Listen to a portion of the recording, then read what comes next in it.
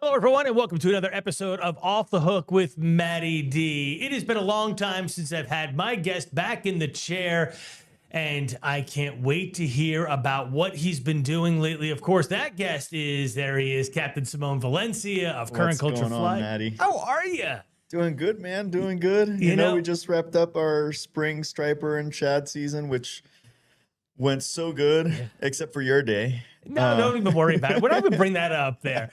So can I ask you a question? So you did really well on stripers, and a lot of people, a lot of great stripers. You even talked about that on your Instagram post. But did you find that the shad were not as plentiful this year? 100%. Yeah. The shad numbers didn't seem to be there in the way it had been years prior. Okay. They were very concentrated in a few spots this year. And if you weren't on them, and very small margins to where they wanted to be. And if you weren't on them, it was tough to catch. We did have a good shad season. Right. But it was just a little bit more tricky to get to them or to find them because they really were where usually it seemed to be like they're in the James and they're all over the James. Yeah. This year, they just seem to want to be schooled up, huddled up in a few spots. And to be honest, we just didn't. By the time the shad were supposed to be here in huge numbers, the stripers were. Right. We got on striped bass. The first day that we got into double digits of striped bass, of schoolie size striped bass, like 20-ish inch striped bass, was March 22nd. So it was pretty early, and stayed on them the entire time up until, we cut today. Right. Yeah. We've just been on top of those fish pretty consistently. And I mean, certainly a fun fish, but you also started to make some runs out toward some of the rivers, toward the Chesapeake Bay. We're not going to give locations out. Yeah. And you started checking out how your reds were doing. And that's the title of our show today, Reds, and More Reds, because as we've talked about, this is your favorite fish. And you started to find them first and early, and you've now been living out there. It's game on early. Yeah. So, because the spring was so dry, the way that we book spring is we book really heavy late March and through April, expecting that Matty D is going to send a ton of rain, but he didn't. He didn't send a ton of rain, and the river was fishable every single day of April. Such a rarity. So yeah, it was super weird. But the river was fishable the entire month of April. So the week and a half, the 10 days that we leave in May, that we book very, very light, that we use to reschedule the people who get flooded out, rained out, whatever it is. Yeah. And essentially when we take our weekends, those days were open. So late April, early May, all of a sudden I had availability. Right. Opened up a few dates for redfish, and they've been going quick. And the people who have been coming out have been handsomely rewarded because it has been absolutely killer. It's just been on fire. You have seen not only schools of reds, but the size, as we're seeing in this picture here, have been absolutely incredible. Just wild. We have not put a fish in the slot, which is 18 to 16, or a smaller fish to the boat this year so far. All the fish that we've been putting to the boat are 28, 29, 30, 34. I got a big fish myself very big fish to the boat in the 40s. And as I was pulling it out of the water for the picture, I slid out of my hands and swam away. But I'm okay with that. Yeah. I mean, you're gonna release it anyway. You have a bunch of pictures. It's fun no matter what. Yeah. But the size we've been seeing is just unreal. Just consistently large fish. This was a 30. And you can see how shallow and clear that water is. And that's kind of rare for this time of year to be this clear, because usually we get the rains all spring that kind of flood the stuff down and you can't get water like this. Yeah, I mean, it's spotty out there, right? So it's patches of mud here and there, especially if it gets windy. It will pick up patches of mud, but it's just you move 300 yards and it's gin clear. So the visibility has been really good. The size of the fish, really shallow, has been absurd. I mean, it's just been, usually we don't see fish that big, that shallow. Right. Usually we're really happy with 22 to 28 inch fish, and we're seeing 28 to 35 inch fish pretty consistently. Sure. Which is exciting. Yeah, for really, sure. really exciting. I don't think they're going to be around, those fish in this size. This was 29 on the dot. And this guy really, really could fish. This guy was an amazing angler, and a real pleasure to have on the boat. I'll never forget the day I had with this man. Yeah. It was a special day. And that was what was May? I think it was May 10th. May 10th was the day I had with this guy. So yeah, we were just on top of them consistently. Beautiful big fish nonstop.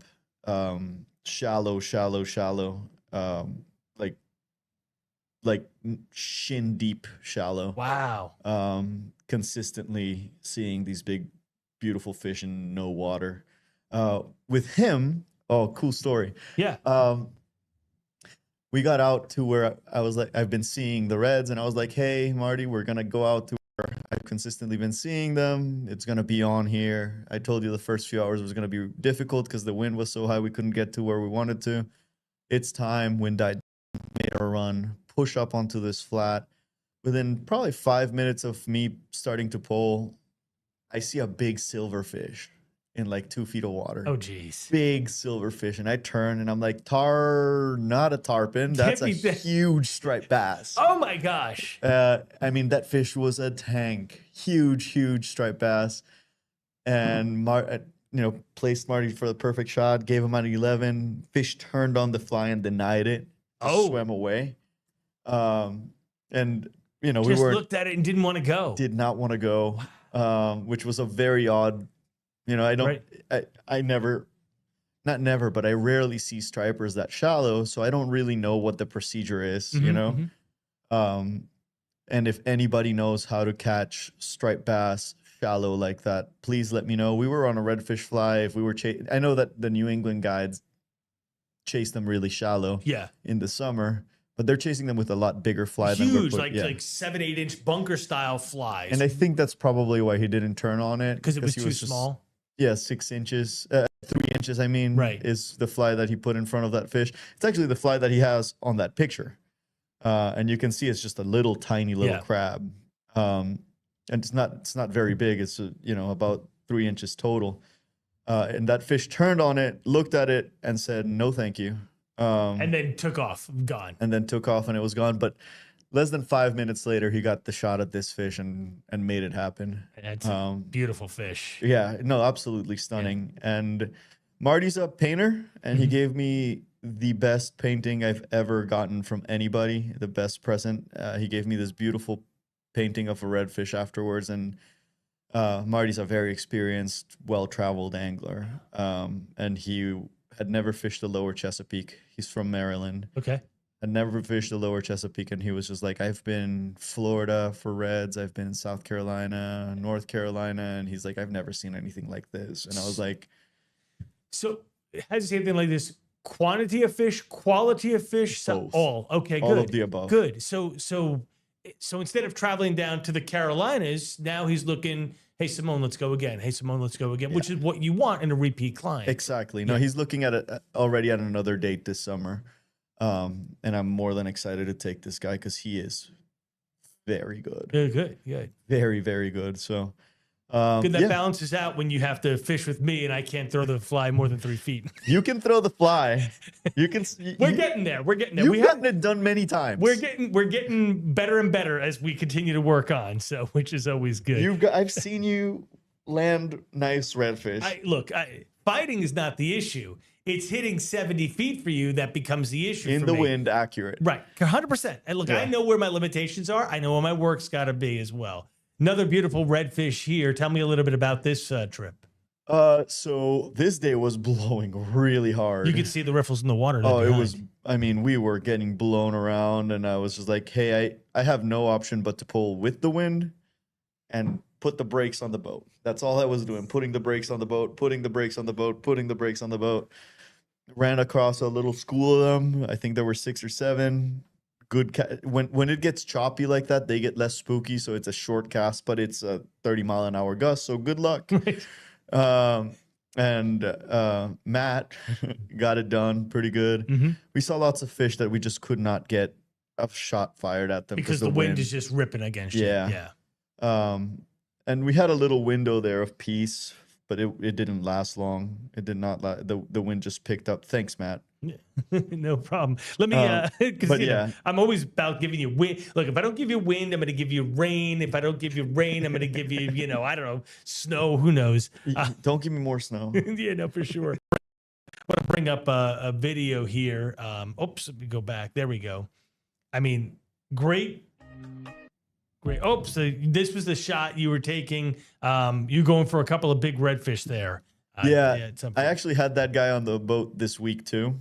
And it was the only day he had to go. I was like, it's cloudy. We're not going to see anything. It's going to be really tough. And he's like, I'm getting back surgery.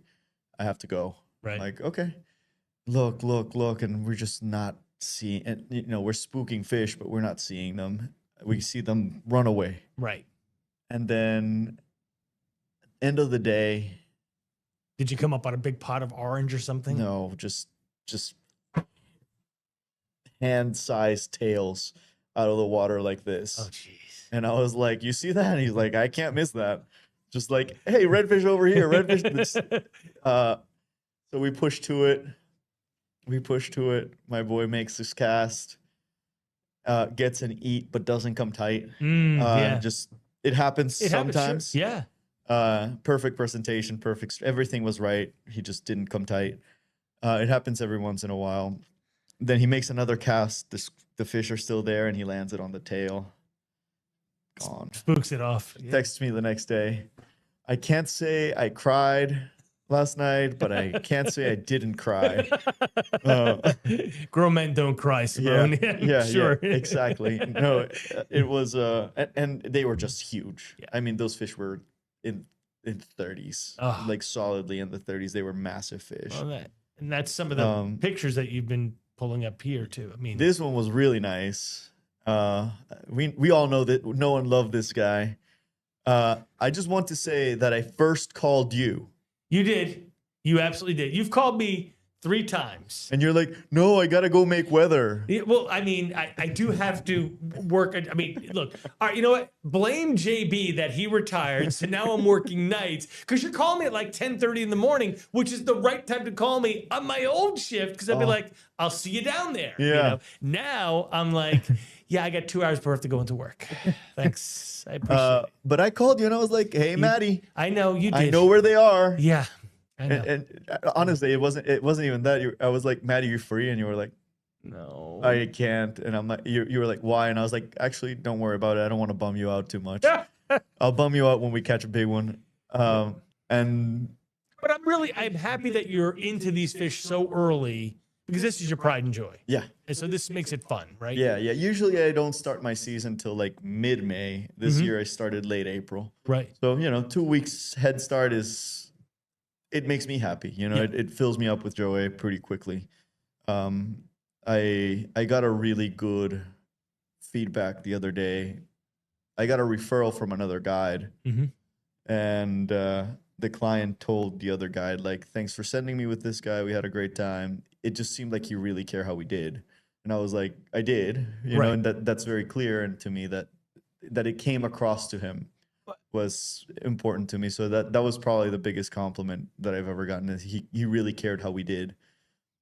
Even though these guys were like, you're like, I know how this goes sometimes. And I'm like, no, this is not how it goes. We're working till we can't work no more. Right. And we're gonna once that sun gets low, that's your cutoff. If we can't see, we can't see. But correct. Until we can't see, we're going. Right. Thankfully, these guys got it done pretty quick. But it's so you weren't polling for 14 hours. No, I did. So it's funny that you say that because I was looking at conditions that day, and the wind was supposed to be really high in the morning and then die off. And I was like, hey, let's go at 9. We'll work this sheltered part and then move on. I should have made the decision to go at 10, but I was stubborn. And usually, you know, I want to get people warmed up. And I was like, let's go at 9. Right. We went at 9, and the wind didn't die down till like an hour late after it was supposed to. And I was like, boys, this is my bad. And I actually ended up pushing them for an extra hour at the end of the day. So, but these guys were all about it. Right. They were like, 9 hours of fishing. Yeah, let's do it. Yeah. These boys were. And as long as they appreciate it, you know, not only in talking about it, but at the same time, that's above and beyond your quote unquote guide day. So, I mean, you know, let's be honest. I mean, you work harder, I'm going to pay you an extra gratuity because I appreciate the work. I mean, I'm just being flat honest. I mean, yeah, you know. and they understood that, and they were very kind at the end of the day to me. They were very kind to me, including those paintings. Right. I mean, that was a day that I'll never forget. Sure. Just everything about their delivery to those flies, their attitudes on the boat. I mean, they just allowed themselves to have the best times. They came prepared. They knew what we were signed up to do. They were not overestimating their skill. They, you know, when I talk to people, I'm like, the only reason why I check their skill level and ask questions like, can you do this? Can you deliver this? Right. It's not because I don't want to take people. It's because I want them to have the best experience. Right. And if I can't get you to make a cast at a fish that if I get any closer, we're going to spook, then your day is going to, I don't say you're going to have a bad day. It's just not going to be as good as what it could be. Right. You're probably not going to catch fish. I don't think that makes a bad day. A bad day is if we don't see them. A bad day is if, you know, I run aground or make an unsafe decision, or which you don't do. You're extremely cautious. You're very client focused, client centric. You give everybody, I've been out with you a number of times. I mean, probably almost a dozen now. Yeah. I mean, and it's, even when it's just, hey, Maddie, can you go? Versus, hey, Simone, I'm booking you for this day. It's always an experience where I'm learning more than I need to be catching. And maybe I'm a different client because I'm always like, hey, look at my cast. What am I doing wrong? Hey, you're using too much arm. You use more torso. Like, we're working on my skill level so that I can get the back end better. You've seen, I can put fish on, I can land fish. That's not a big deal to me, right? No, you can fight fish real well. Or I want to improve my overall experience on the water. And you know, coming prepared, right? Like that's the big thing. I always tell my clients when I'm having this conversation with them that, hey, can you do this? Can you do that? I just tell them, like, look, the last thing you want is an 8-hour casting lesson. Right. A very expensive 8-hour casting lesson. Right. Let's get a casting lesson done off the water where, you know, we're not blowing shots and no one's getting frustrated, and we can build on that. But of course, when we're on the boat, especially for stripers where, you know, you're casting so much, it's fine. But with redfish, if you cast 10, 20 times in a day, that's a lot. That's you've had a great day. Right. You've had a great day. If you can't deliver on those dozen shots, I'm not gonna catch fish. It makes a very tough day for sure. So, you know, to me, I'm happy looking at turtles and birds and rays, and so I've had many shutdowns on guided trips myself, but you know, people hire a fishing guide to catch fish, to have a great day, of course, right? Which hopefully includes catching fish. So when I don't have the level on the boat, I always just like to. I always tell people, look, I'll take you. I'll happily take you. But if you can't deliver this, you're not going to catch fish. And that's just on you at that point. Right. Redfish are fair. You do the right things, they're going to eat. Always. You're going to catch them. Right. They seem to always be hungry. I mean, you know, as long as the fly is in somewhere in front of his face, they seem to always want to at least make a move for it. Yeah. Whether you can then set the hook, whether you can, that's a whole different game. But they'll play. Yeah. It's rare that we get a redfish that doesn't. It happens, but it's rare. Yeah. You know, if you place that fly where it needs to go, you're very likely gonna get an eat. And that, I mean, that's what I love about fishing for them, is a test of skill. Mm-hmm. I always say it's very fair, but it's very hard. There is a stealth to it, Yeah. because you, as you said, you can't bring the boat super. I mean, when you pole, you're poling very quietly. You don't want the angler, the client, to don't rock the boat, don't create waves. You know, you're sitting there, you're ready to go at any moment. I mean, don't put a shadow on them. Right? Yeah. It's hard. I mean, it's very hard. Right. Very, very hard. But if you nail every aspect of it, you're gonna get a fish. You know, that's the beauty of it. It's a true test of skill with a very fair reward. Right. It will tell you if you did everything right, and it will tell you if you did one thing wrong. Whereas stripers, just for instance, you cast somewhere out there, you strip, you let it dance in the water. They see it, they're just attacking. There's skill to the fight because they're a good fighting fish, but it's not, you know, it's not this, because you can cast 25, 30 feet to a striper. Yeah. Right. Yeah. And the skills are different too, right? With stripers, you have to understand, I think you have to get into their heads more, where they are, if they're feeding or not feeding. Like if they're feeding aggressively, you strip really fast. If not, which we experienced today, I was like, hey, they're not feeding. Just let it hang. Yep. Let it hang, and don't, when it turns into the current, that's where they're gonna hit. And that's how it was. We caught what, 3 fish? Yeah. Two, I mean, fish you just like just a cast few it out, minutes. let it go out in the current, let it swing, which is so weird because you think of, you know, swinging for trout, not right, and then all of a sudden you're like, and then wait, keep strip go again. It's like, you know, it's like womp, womp. Yeah, and all of a sudden it's like, oh, we're on, you know, but yeah, different. With stripers, you have to get into their head and see what they're doing. Yeah. And it's more of a mind game than a skills game. Mm-hmm. Trout is the extreme example of that. It's fully a mind game.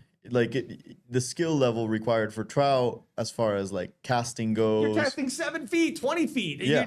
But it's got to be so delicate on the water. It's got to float. It's got to look like the hatch. It's, you know. Yep. And then there's this fly selection, yes, leader selection. You really have to get into their heads. For sure. And I'm not mocking it, because there's a whole skill to it. Yeah.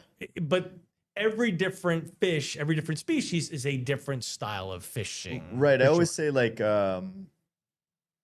flats fishing is like golf or like darts, and trout fishing is like chess. Yeah. It's very in the head. You know, one is about, can you perform in this situation now? Right. And the other one is, can you crack the code? Yeah. And with trout, if you crack the code, you're gonna have a great day. You have a great day. Yeah. Which I don't. You're not into it. It's not your thing. And also, I'm not good at it. So, so you know, I can deliver a fly to the fish, but from there to know what they're eating or what they're not eating or whatever. For sure. That's a different skill. With redfish, if you deliver it and twitch it twice, which is why the title of today is Reds, Reds, and More Reds. Reds. But yeah, we've been seeing lots of wonderful fish. You know, as we come into the full moon, they do slow down a little bit, because I think they feed at night as well. Okay. They get hungrier off the full moon. The week leading up to the full moon is great, and then the week after is tough. This is a lovely fish. It's pretty. Beautiful so fish. Pretty. I've noticed a lot of the bottoms are more pure white. Is that because they're coming into warmer water right now versus the... Well, it's the back that's bronze that gives us that contrast. Okay. So those fish, we're finding them strictly over grass right now. Strictly over grass. Gotcha. There's no sandfish. There's no mudfish. They're like, I've seen a couple cruise over sand between grass spot to grass spot. And I'll just see them and I'm like, that fish is not hanging around on the sand. Right. And very few fish back in the mud flats. Very few. They seem to want to hang out on the sand, over the grass right now, and it's like night and day once you're over grass. I don't think we've caught a single fish over grass over sand or mud in the last few weeks. It's just all over grass flats. Unbelievable. And we're seeing massive schools, massive schools of them. We're seeing singles and doubles. We're seeing, I mean, every iteration of a redfish shot that you would want to get, we're getting right now is just all over grass. And that's normal for spring and like early summer is they're going to be consistently over grass. Once it heats up pretty good, we'll find them over sand a little more, which I don't know why. Because I figured the sand would be hotter, but maybe it isn't. I'll ask the scientist. Yeah, I mean, so in the water, it would be different. I would think, I don't know. I mean, I would think that the sand would be like, but then over water, maybe it's not. Maybe because it's more white, there's more reflectivity versus, you know, the grasses, which are darker browner, maybe that's warmer. I'm not really sure. Yeah, I ended up waiting the other day a little bit over grass. Yeah. And I could feel that bottom be warm, and the water is still in like high 60s, low 70s. Right. But the bottom on the grass was warm. Like I could feel it on my feet. I don't recommend anyone wet wades in the Chesapeake Bay, but I did because I wanted to know what was happening. Yeah. I took my wading boots off to see like feel what's and it was. The bottom was warm. Interesting. It was warmer than the water. I could like feel it on my. It was like 3-4 degree difference. Interesting. That I could.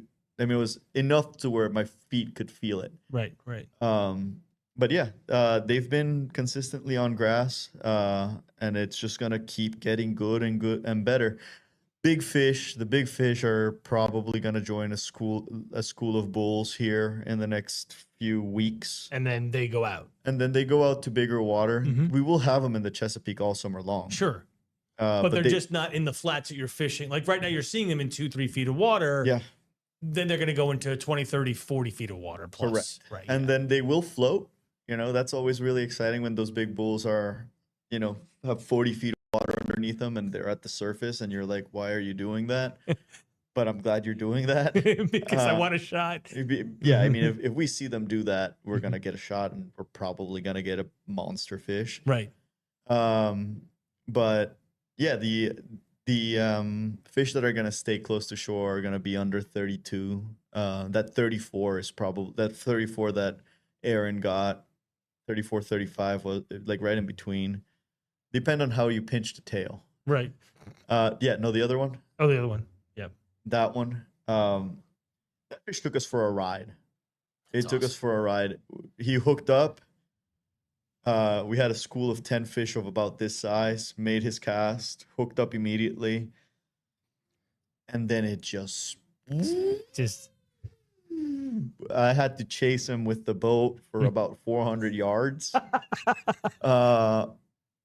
And so we're just going to say that Aaron really didn't fight the fish well. No, no, just you hook it. Go hook into that fish and you tell me. No, it's what we needed to do. Right. The problem is unlike a river where there's confined area, that ain't no confined area out there. It's open game. Yeah, the flat we were on was a quarter mile till it dropped off to like 6 feet. This fish wasn't a foot. It was a quarter mile till it drops off, and it drops off to about 6 feet, and that's exactly the run that fish made. Wow. Just straight out. And we chased him to where it was like right at the drop off. That's where that fish began to slow down. Right. And once it slowed down, I definitely took a video of that run, but I had to push to stay on him because I was like, he's going to spool us. Right. Because, you only have 200, 300 yards of backing plus 40 yards, 50 yards of fly lines. On a 20 to 25 pound fish on 16-pound leader. Right. Right. Like it was just, we're maxing it out here. Yeah. We're at our limit. Right. That fish is going to win. So we had to chase this fish down, which made it all the more exciting. Of course. And that was Aaron's personal best, which I was really happy to. We were driving together, and I was like, he was telling me about his personal best, and I was like, I've been seeing your personal best every day out here. Right. Like our chances, I would say it's 50-50 that we break it. Wow. if you perform. Yeah, of course, And right. then he did and nailed this fish. We were out for like 3.5, 4 hours, half day. And that's the only fish we caught. But But that you only need one if you're getting your personal best, you right. know? That's the only fish. That's the only shot we had. That's the only fish he caught. Right. He fought it for 20 some minutes. So he was hooked up a good amount of time. And then I was like, hey, we could go look for more, but your time's almost up. I think we hit the jackpot. yeah. Yeah. I mean, it's not going to get any better. Right. He casted one time all day. That's it. One time. Just saw that one school and that was it. That was it. That was the one. Right. It was, I mean, it's perfection. That's awesome. Yeah. It was perfection. So this one will also live in my memory rent free. This was a good fish, really good fish. So these guys probably won't be shallow for much longer. Right. I'd say beginning of June, we probably won't see those fish in the mid 30s that shallow. We'll continue to see fish in the low 30s, but most of them are going to be in the 20s. And that's where, that's what I like to chase. If these guys are shallow and acting like little guys, then all day long, right. But which is what we've been seeing all of May, and even late April. It's just big fish, very shallow. That's awesome. So it's very exciting. It's very exciting. So hopefully, I think for next year, I'm probably gonna end up starting to book redfish a little earlier. To get out there more at the end of April again. Yeah. Yeah. And make my striper run a little shorter. Right. Which, book it up. If you want to get out for stripers, book it up, because that's we ran every day we could possibly book. So we left, of course, the rescheduled dates, but we have a ton of opportunities coming up here. The ability to get better at everything. You've fly tying coming up Thursday, May 22nd. You're actually doing two. One is already passed. Yeah. And then we're looking at this one's at Triple Crossing in Midlothian, which I love the fact that you do them there. I think they're great. I think it's is a lot of fun. You do two separate things. You invite everybody to come, and then for people who want to learn, there's a little bit of a fee, like $20, $25. It's not 20. a big deal. And you provide materials and vices, and you teach a pattern. Mm-hmm. But for others that just want to tie, you're offering a different group, and you're just tying together and having a good time. Yeah. So social tying's free. Yeah. Right. I don't. You bring your own stuff. I don't bring anything. It's all on you. We have plenty of people that just come to kick it to social tying. They don't even tie. They just come and hang out. Yep. And that's encouraged. It's the whole community building part of the business, if you will. Right. I don't even see it as a business. I see it more of a mission. These community building things are more of part of the mission. It's good for business, don't get me wrong, but it's just keeping everyone coming back to see each other and fish together. The number of times I came out in the spring and saw two dudes that met each other through one of these tying nights, fishing together. I can count. I'm out of fingers, and I can't count past my fingers. So that's great, because you're helping to build this community. I mean, I also noticed, I'm just a sidestep here, you're wearing the Richmond Fly Women hat today, which is, a great group of women, Kenzie, Tori, Hannah, I'm forgetting Virginia. I mean, so many, right? But I mean, and they started this Instagram page, and they're getting more and more women in our area that are fly fishing and trying to get them together. Yeah. So we're trying to build this community because there's so much here to offer. So I think that that's great. You've been doing that now. You opened the shop, 5-6 years ago? Now the brick and mortar's closed, but you're still using the shop as a way to create events like a fly tying, like beginners fly classes, to grow the community. Right. And I think that, I have a really good friend who once she wanted to pick up fly fishing, and I was like, absolutely. And she just mind you, this is a woman with a major in philosophy, a PhD in philosophy and whatnot. So she was like, she just said something to me very crucial, and it's stuck, and I use it all the time. Fly fishing is about connection. And I'm like, what do you mean? And I'm like, I see what you mean, but what do you mean? She's like, in every which way. You're connecting with other people, you're connecting with the environment, you're literally connecting with the fish, it's about connection. No matter how you see it, connection's the word that comes to mind. And to me, community is part of that connection. Right. I love being able to facilitate that since we've had the shop, and it gave us a platform to facilitate that kind of connection. And I find it really important. Heck, I've met my best friends in this entire period through stuff like this. And you know, you can't put any value on friendship, right? You know, you made a really good friend that you fish with a lot now, Ron Binstock. Through you've traveled with him through a fly tying class. He's a fun guy. He's a spin guy. We're trying to convert him into fly tying. He's been converted. I think so. Yeah, out of nowhere, he asked about my Pulaski trip. We took him on that. He and I have hooked up with you a number of times. We've gone out to the fly tying. I gave him a vise because I had an extra old vise. And so, this is just like, it's growing, and I think it's great, but beside this video podcast, I've met you through fly tying and fly fishing. And we've developed a wonderful friendship, a great relationship. Absolutely. It is priceless. You could text me anytime. I can text you anytime. We can talk, and you can make fun of me, and that's what you do. And that's great. I love it. Well, I only make fun of you because you ruin the weather. That's okay. That's what I do for a living. All right, let me bring up this thing. So, all right. So, a couple of things I'm noticing in here, Simone. Beside the fly tying, Saturday, May 24th, you're doing a casting clinic? Yeah. Oh, I need to fix that. The guy who works on this site and these emails has a hard time spelling. Let me show you who that person is right there. Go ahead. Our social media manager is right there. He's as smart as a fish. Right there. Go ahead. All right. So Saturday, May 24th, casting clinic. Yeah, casting clinic, May 24th. We have 2 spots left for this. Okay. This is my favorite way to get someone started fly casting.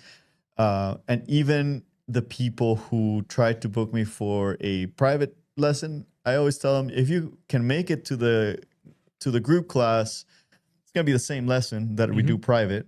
Private is a lot more expensive. Of course. And I go to you wherever you want me to go. There's a price. I will go wherever, but I'll go to you and do the lesson. These are the same exact lessons.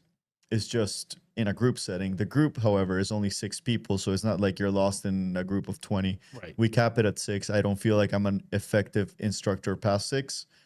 We used to do 8, and it was too much. 6 is the right number. We start with a conversation of what a fly cast is, what a fly cast does, and why we cast differently in different situations, and understanding the rod tip, understanding our body's portion of the equation, understanding muscle memory, and finally understanding how we load a rod with the line so that we can eventually load the line so that we can get it to travel through air, which is not space, but through air, reduce air friction, or adjust our loop for sinking line, or adjust our loop so that it lands delicately at a short distance for trout or whatever. So it's a heavy conversation on that for about an hour. Once we have the concept, we fire off some exercises, and then we start coaching with rods on the water. So it is a really fun 2 hours. It is, everybody's laser focused every time. It's so much fun to teach, because I feel like it's one of the times that I'm most effective as an instructor is with that casting lesson, because I've done so many now. Well, look, you and I have done it on the boat. We've done it, in spades. And, one of the things that I do, which I'm trying to change, is because I learned all arm. Everything is from shoulder forward. And you're like, Maddie, that's great, except for the fact that you're losing 90% of your power. So go from your hips and your torso and turn this way. And once we did that, I was like, you're like, look at the difference. I'm like, there's no effort. He's like, you're like, yes, there's no effort now. Now, the big thing for you is believing that, because you can do it. And I've seen you do it. Now you just have to like, it's the muscle memory. Yeah. Well, which is so hard to fight, right? Yeah. When you've been doing something the same way for 20 years, 20 plus years. Yeah, exactly. Then like overriding what you know is really hard. So I love this class for beginners because I truly believe that it's the right foundation for someone to move forward, understanding that there is no one way to cast. You should be adjusting your cast for every situation, right? You know, for stripers, with a sinking line, you widen your loop around your body. Same with muskie. For trout, over, right? Roll cast is its own thing, but the principles still apply. And then if you're trying to shoot lasers at a moving target, that's a whole different story. Right. And all of them are going to be good ways to cast. Is which one do you need at that particular time? And the reason why I had this guy reach out to me this week, and he's like, hey, I need instruction, and I was like, I just don't want to, and this is my new policy, is I just won't do instruction without the hour and a half of class first, because we can't communicate in the language. We need the foundation. Yep. I need you to understand, because I don't want you to cast like me. I want you to cast the best you cast, right? The best casters I've seen don't cast like me. They cast like them. And that's what makes them great casters. Flip palette, right? Phenomenal cast. Does not look at all like me. Right. Flip palette, lefty cray. Don't look at all like each other. Phenomenal casters, both of them. I cast with Wayne McMasters. He's 6'3" and looks like a small mountain. Me, I'm almost that tall. I'm nowhere near that tall. I'm nowhere near that tall, and I'm shaped like a box. So I have to cast very different from him. For sure. People with, mobility restrictions, there's still a way in which we can do it. And honestly, I've seen some people with mobility restrictions that, because of the restriction, are forced to cast well using less effort. And they have beautiful casts. Yes, right. Like people with rotator cuff issues. Oh. Because they can't move this, so everything is all body. Yeah. No, and you see that, and you're like, yeah, you shouldn't have been using that in the first place. So good. I'm glad that you're not. I'm sorry it hurts. Sorry that your arm is destroyed. Yeah. Sorry you need surgery, but it's making you a very effective caster. Right, exactly. So yeah, the casting lessons are a lot of fun to teach. I think everyone gets their money's worth out of that $20 class. For sure. Tenfold. But for me, that's a, from a business perspective, that's how I introduce people to it. And hopefully, they realized I'm not full of baloney and I'm a nice enough guy. And hopefully down the road they book. So it's a win-win for everybody. That's why those classes, I make them at that price. And it's a ticket into the sport. To the sport, right. So I love teaching those. It's my favorite thing to teach. Now, the next ticket into the sport is May 31st to June 1st, noon to 4 each day, 2-day class. This is a weekend, 2-day comprehensive class on beginners fly tying and fly fishing. This is the A to Z by Simone. Yeah, I love this class too. So we have a building to ourselves. We are unbothered. I will not disclose the location until you book. But it is in Richmond, downtown Richmond. Think VCU area. So for most people, they don't have to go very far. Right. And it's a lot of information. We used to try to do it and bang the 8 hours in one day, and people would leave dizzy. Yeah. So now we broke it up into a nice weekend. It allows people to have breakfast and like hang out with their families on the weekend, and then come for 4 hours and still have an evening. Right. And do it again the next day. We do have the whole casting component to it. We do that same class with a little more attention to the individual. We touch base on gear basics. What is a 7-weight sinking line, right? Like a lot of people who don't fish, what is that? Right. What is an 8-weight sinking? What is an intermediate line? What's a shooting head? Why is the leader tapered? What what reel should I be using in this situation? And we go through that in depth so that you know what to look for moving forward, or at the very least ask the right questions if you're thinking of buying gear, Right. choosing the right gear for what you're trying to do. We go into knot tying, leader. We make our own leaders. There's a bonus fly tying component on Saturday night for the people who want to stay a little extra. Mm-hmm. That's, I do a little class, the same class that I do at Triple Crossing. We just tie a fly that works well. But you're giving that newbie a look at everything. Mm-hmm. And that's what's awesome, because there are so many different things. Like, I started fly fishing. It was a small little class. We ended up later in the day on the water, put little trout on, fine. But, so that got me my rod, that got me my line, and we used a 5-weight floating line, blah, blah, blah. And then a year later, I'm like, instead of buying these flies, how do you tie them? And now I'm in fly tying. So you're giving everybody that little exposure that they need so they can see the whole thing. Yeah, it's a full, you get to, in my head, I want people to walk out of it with more questions than answers, but better questions. Right? Informed questions. So we talk about how to fish for bass, which is our most readily available fish around here. Yep. How to fish for bass. And we go through like all of the techniques through the seasons, and we go through a lot of different species that you can catch within a 2-hour drive, hour and a half drive. Right. And we talk about a little bit about the techniques and how they feed and how they act. We talk about all of these things, and it gives you a really broad perspective. Yep. And it allows each person to grab onto what they need to grab onto to move forward. So some of the people who come spend their weekends in Virginia Beach, and some of them spend their weekends in the mountains, and some of them spend them here in Richmond, and there's something there for everybody.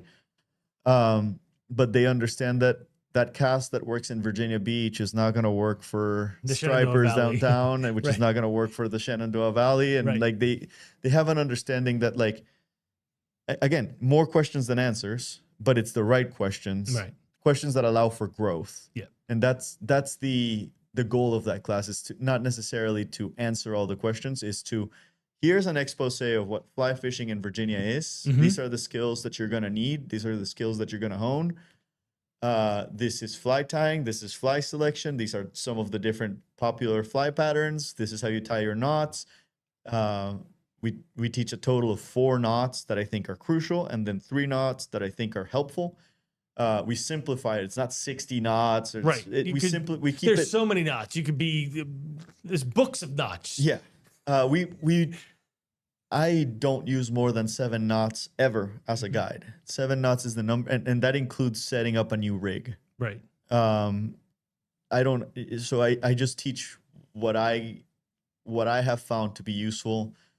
And we don't lose fish on my knots. Right. We just don't lose fish on my knots. We break off fish. That's a different animal. But we don't lose fish on my knots. So I teach those. It really is. And after the second day, if Maddie D makes conditions align, we will go out. I love how I get blamed for everything. You're the weatherman. I know. Thanks. If you allow us to go, we will go and catch some panfish immediately after the class. Some people have a hard 4 p.m. cutoff. For those who don't, like Jackie, when she came, she was the only one who didn't have a 4 p.m. cutoff. And we went and got a panfish, caught a couple panfish. She had never seen a fly rod the day before. She caught a fish the next day on her own cast, with a rod that she set up and tied the knot on. So, like, the goal is to have someone like Jackie who is just, I guess I'm curious about fly fishing too. I can go fly fishing. Right. And I can make these decisions on my own. Yep. And I can look at a river gauge and know it's not safe. Yeah. And it's arming people to be able to do this on their own safely, ask the right questions when they go to a fly shop, ask the right questions when they type something in Google. and book the right experiences for them. It really is, in my head, a perfect beginner's class, and I'm really proud of the way that we've done it. It's also a class we've done many dozens of times. Yes. At this point, that that I have seen people go from that class to sight casting redfish and cobia. That's awesome. And landing, right? Like, and I've done this, and that's just great long evolution. enough. I mean, that's like, I'm not sure. All of a sudden, I'm going to go for one of the more hardest fish to, and that's great. Right, and I've seen it happen now. I mean, I can list people, like I have lists of people that I've seen that evolution with. That's awesome. Because I've been doing this now a reasonably long enough time to where I've seen people start from day zero, right, to incredible anglers, right. And that's I mean, that fills me with joy. That makes me so happy. It's why I come back to do these classes, because I just want to keep that going, that knowledge going, for sure. Yeah.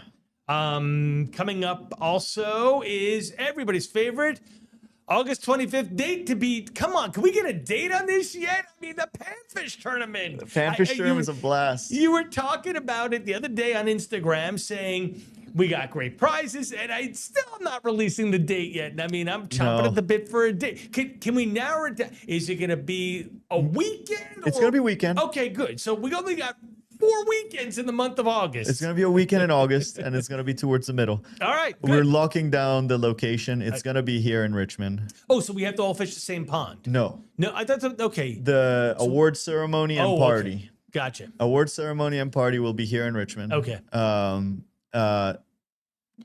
Which it used to be at the shop, and that's what has been tricky. Sure. Is finding a venue. I would have given you my house for it. I wouldn't care. I thought about doing my house, but I don't know how many people are going to show up, and I don't want the fire department involved. Because the turnout for that event has always been like in the 30 to 50 range, right? And more. More. Yeah. Wow. Yeah. Great. It's just been super busy to the point where we actually have to cap the number of people in the shop and extend to the parking lot. Right. So I'm trying to figure that out. Okay, so that's the hold up. So everybody knows, because it's smallest panfish, largest panfish. There's so many great things about it. Yeah, smallest panfish gets a prize. Usually a fly that is much bigger than the panfish that you caught, and top 3 fish get a prize. Awesome. Top prize is a spring striper shad trip, which is that's a great prize. Yeah. And then the other 2 are gonna probably be gear. That's some sort. That's awesome. Whether it's a fly box, maybe a reel, something like that. But still, no matter what, it's all fun. All right. Then after that, we get into October, and these are 2 classes that are worth their weight in gold. $450 for on-site, inshore saltwater class. It's not only the class, but then you're out. So you get a 4-hour lesson, 4 hours of fishing. I mean, Simone, this is like, for someone like me, this is money. Oh, it's a great deal. Yeah. It is. That class is not like the other classes, which are designed for beginners. Which, by the way, if you can't make this casting lesson and you can't make this upcoming beginner's lesson, class, there will be more this summer. We will have more. I just haven't announced the dates. But I am organizing them, looking for the space. It's all a little different now that we don't have a brick and mortar. But there will be more. So don't stress it too much if you can't make it. Of course, if you can make it, sign up. If you've ever been curious about fly fishing, I can assure you you're going to get your money's worth out of these classes. Right. The saltwater class is not for beginners. The saltwater class is for someone who already has a 40, 50-foot workable cast, who knows when I say, yeah, I tie a clinch knot versus a loop knot, they know what I'm talking about. I don't need a super high level. You know, the intermediate angler is who I'm looking for here, or the advanced freshwater angler who's looking at like, yeah, you know what? I'm going to go fish saltwater. So I'm looking at intermediate and advanced anglers for this class because it is real nerdy. We're going to be talking current. We're going to be talking salinity. We're going to be talking tides. We're going to be talking different bait that comes into the Chesapeake Bay at different times. We're going to talk about the seasonality of these fish, where they go at different points in the year. And we speak about the three fish that are, we focus on the three fish that are constitute the Chesapeake inshore slam, which is speckled trout, striped bass, and red drum. If you catch all three in one day, that's an inshore slam. We have caught various inshore slams on this class. Wow. So just something to point out. The fishing right after the class is usually very good, especially because once we get on the water, everyone knows what they need to do. Correct. And you're being guided by either Reed, myself, Keegan, or Wayne McMasters. So you're on the right boat, on the right spots, with the right gear, and now with the right knowledge. Right. And all of a sudden, that day, that if it was just a guided day, you would have caught 2-3 fish. You're just cleaning house because you now know what you're looking for, how you're reacting with the different current, the tides, bait fish sliding through, etc. Exactly. Yeah. So we talk fly selection. We talk about how we all tie our different flies. I always say that it's funny because it's like a choose your fighter kind of situation. Because Wayne, Keegan, Reed, and I all argue quite a bit during this class. And I think that that's part of the gold in the class, is that we all can't agree. I start every class, I say, if anyone ever starts telling you how to fish and the right way to do it, you should just stop listening, because that person doesn't know enough to know they don't know that much. And those disagreements between Keegan, Reed, and myself and Wayne, they somewhere in there is the truth. But when you're out fishing, you're going to remember that conversation where we couldn't agree. And if it's not working my way, try his way. Right. And I do it all the time. I do it all the time. I'm guiding and I'm like, this is where I think the fish are going to be. And they're not. Like, well, Wayne likes a windblown bank. Let's try that. And so all these things are processing in your head, and they will be in the angler's head after this class. Exactly. Yeah. So you'll hear Wayne and I argue about that. Right. Who's right? I don't know. Probably at different points, both of us, because we are chasing sentient thinking beings. Right. But the approach can be different, and we can still find a lot of success in our own different ways. So I find that choose your fighter situation with these classes are really good. Hearing Reed and Keegan gang up on me on my striper approach is hilarious. They know more than I do about that fish, especially when it comes to the fall fishery. So I'm like, really? That works? I can't believe it, but it does. It really does for them. It does work for sure. So it's a cool time. And then we get on the boats, and we usually run out of we try to every time. Most of the times we've done this class, I think 6 or 7 times. Every time but one time we went out of an area that allows for wade fishing, and it allows for kayak and canoe fishing pretty easily, and floatable inner tube fishing. Right. We focus on access for that class, because I know that at the end of the day, not everybody has a boat or a skiff or something that can get you out there. Right. And the goal of the class is to make it accessible, not only from the knowledge standpoint, but here's a really cool place that you can go wade. The big bonus, right? And we show you where the access is, and we show you the miles of bank you can walk and wade on, and chase redfish, stripers, and speckled trout. Which is like so me, because I don't have a boat, I don't have a raft, I don't have a kayak. So I'm all about, because I grew up with wade fishing. Yeah. And, so if you don't know, you don't know. And in Virginia, there's not a lot of spots like that. Yeah. That are consistently good. But this spot is consistently good. Like almost no matter, even middle of winter is pretty good. So it's a good, I love the class, and I love teaching with my brothers. Those guys are like my brothers. Absolutely. I talk to them day in and day out, and teaching a class with them for me is a complete joy. We just get a lot done in 8 hours, to where I think the angler gets not only a great time with the outing, but also the first 4 hours really understanding what it is that we're doing. Why are we making the decisions we're making? And those classes are completely open right now, or are you starting to book those up? There's a few Spots seats booked. Okay. But mostly open. Gotcha. Okay. They're mostly open. I know that each one of them has at least 1 or 2 spots booked. Good. Okay. But so either one of them has 7 spots open and the other one has 6 spots open. Gotcha. So because you just announced them. So yeah, right. Yeah, and so, we're still months out. So, sure. But every one of them that we have done has It's booked always solid. booked that, yeah. Yeah, that's a really popular one for us. I announced them early just in case they booked really heavy and I had tons of interest to open up a third one. If you need to. But we'll see. Gotcha. We'll see. Bring up your website here for a second. There we go. Current Culture Fly. Under that, you can see classes and events. I'll open up that tab right there. We went through that. And of course, the guided trips. What do you want to go for? Brook trout. If you want to do a hunt, of course, that's fall and in through winter. Fall striped bass, northern fish. We got it all. There's Simone with the redfish. I will be in the next few weeks opening up a 6-hour redfish trip for a little bit less money. Okay. Because the demand is there, but I'm not going to include lunches for a shorter day. Mm-hmm.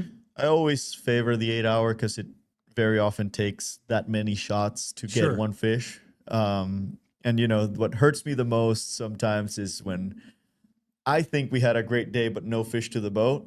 And we saw dozens, and then it's like, how do you do? Oh, we didn't catch anything. And it's like, oh, that just breaks my heart. It's fishing, not catching. Well, I will go back to that all the time. Well, but no, in my head is like, well, you had 20 shots. Right. Yes, exactly. Like, so it hurts my soul because I feel like I did so good. And the feedback is we didn't catch anything. And it's like, well, you probably came unprepared for what we were going to do. Or how many did you lose in battle? Or how many shots did you not make? Right. Which is usually the other aspect of it as well. Yeah. Like, how many did you not see? Right. That's always the thing, too. Oh, right? yeah. Yeah. How many, like, he was there, but you didn't see him and he took off, and that was the end of that story. That was the end of that story. So, or you go out with me and you, and we see 40,000 mullet and 2 redfish, and we're like, what the heck is going on? That did happen. That did happen. We did see quite a few redfish, but it was like Mullet City. It was that was the first. Yeah, that was the first time we went out. There was a ton of mullet. It was just like sifting through the mullet to find a redfish. It was, we had a couple of good shots, and I mean, we had one turn, and I trout set it. I totally lost that, and that never happened again. You got a speck that day. I did, yeah, absolutely. But then the second day, you nailed it. Yeah. I mean, you strip set on that fish. He ran, and it ran. It was going around your engine. Like, Maddie, go this way. I'll listen to fish. Don't worry about it. We're good. We're good. Skip that. Yeah. You're like, wow. Oh, all right. All right. Okay, the man can move a rod quick. Yeah, no, that was a special day too. Fun. That was a lot of fun. It was really having cool. 2 anglers hooked up on redfish, side casted redfish at the same time. It was good. Woo. It was good. It was a good time. But yeah, that's that. Lots of cool events happening. All right. So just going back to this real quick here, because we're going to recap. Redfish now until the end of time, but you're going to also start moving into some blues. Like we'll go for redfish, but as the water gets a little warmer, blues, Spanish mackerel, all kinds of cobia if they're around. Yeah. So if the day permits, we'll go into bigger water. Mm-hmm. I will also be booking those trips if you choose. I'm also booking spin fishing if you choose. I'm not pushing those trips. It's more of a, if you call me and you show interest, I'm a very flexible dude. I will go for whatever you want, whenever you want, as long as Maddie doesn't throw terrible weather our way. Throw 70-mile winds out of the east. Yeah, please don't. Don't do that. But yeah, we will venture into a little bigger water. The blues are starting to show up with consistency now. Nice. We've gotten a few in the last few days, including some really nice ones. I'll show you some pictures. Then Spanish are on their way in, should be here anytime in the next couple of weeks. Cobia are being caught in the ocean out in front of Virginia Beach, and a few have been seen in the bay already. So So they'll start to work their way in. Yeah. So if we get the right conditions, and I'll put the big fish on the table. Right. Not that small redfish are actually small. Right. A small redfish is still 25 inches. I mean, especially when you're seeing. Yeah, that's 35. That's a okay. So, but I mean, the point is, I mean, these yeah, like that's a 27-inch redfish. That's normal. Like that's pretty normal. Yep. Right. So it's not like small redfish are small or that they don't pull super hard. But if you wanted I will put the cobia and the bulls on the table, or if you just want to, if you want to catch a bunch of bluefish and Spanish mackerel, they'll be on the table, condition dependent. Sure. I always like to read the day and read the angler and just average those things out and put the right thing on the table for them. Because for some people, it's just like, I just want to go fishing. Okay. Well, you probably, if the conditions are right, we can get on a school of bluefish and Spanish mackerel, and you can be catch there all day long. Right. For some people, it's I want to sight cast a redfish, and that's really what I sell. But for me, it's more important that the angler has the right experience, and I'm willing to bend a bit on what I thought the day was going to be to make that happen. And all of those things are frankly easier, with the exception of cobia, which that's a different ball game. Different ball game, but I always have the cobia rod ready to go on the boat in case we can make that run and run into them. And it's panned out before, and it'll pan out again. Right. So if the conditions are right, we'll make that move on those fish. So if you just want to go saltwater fishing in the Chesapeake Bay, light tackle, very light tackle, and fly rod. Preferably fly rod for me, but if you want to go light tackle, I do not turn my nose up at light tackle. Light tackle's a lot of fun. It is a lot of fun, and we catch a lot more fish when we go out with light tackle. So, that's because, as you said the other day, it's easier for many people to cast a small light tackle rod than it is to cast a fly rod 60, 70 feet. Right. Yeah. And there's days where it's just the wind picks up, and it's just like, here's the tool. Yep. And I always carry a spin rod, and I always carry a massive fly rod, both just in case. You never know what's going to come around the corner. Yeah, you never know. So good deal. It's like a box of chocolates out there, right? If the conditions lend themselves to it, you could just end up with a handful of different species to the boat any given day. Yeah. Especially, summer. Summer is just everything is in there. That's awesome. So speckled trout, redfish, striped bass, Spanish mackerel, bluefish, croaker, spot, cobia, bull reds. I was out with this one guy, and we ran into a king mackerel with John actually last year. We ran into a king mackerel. He made a shot at it, but that fish did not turn on it. No, it just bolted past. We will run sometimes into spades. I mean, there's just so much so much variety. It could be bluefish. Did I say bluefish? Bluefish, and more bluefish. Yep. The bluefish. Once they're in like, and it's cool because it's sight fishing, but it's very forgiving sight fishing. You're seeing them bust on top, right? And you just put that thing right through, and you're gonna come tight at some point. Those are just a blast. You get a lot of the experience of sight fishing without having to lay out 60 feet out into a hula hoop, which is margin is bigger. They let us get closer, and people catch a lot. Catch a lot because it makes it easier. Yeah. So whatever level challenge you're seeking, I'm always excited to put someone on fish. Even dock lights. I will be running dock light trips this year, which I don't know if we did. We did it toward the end. It'll be a little bit, we were out there for quite some time. Yeah.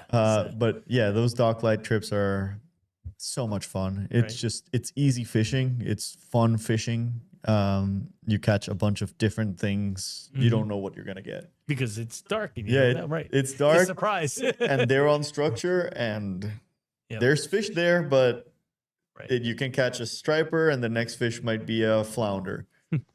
Could be just about anything. It's a lot of fun. Awesome. Let me bring up the website one more time. Again, it is currentculturefly.com. You can check that out for all the guide services, the classes, and the guided trips. You can request a trip on the bottom left there, and that brings you to the page where you can then decide what you would like to choose from, whether it's stripers or redfish or shad. They have them all. Then go through and pick your day selection as well. My guest today, of course, has been Captain Simon Valencia of Current Culture Fly. Redfish, redfish, redfish. That is his pride and joy. I promise if you hook up with him and go out there, you will absolutely have a day that you will remember forever. We'll see you again next time. Thanks for joining us for another episode of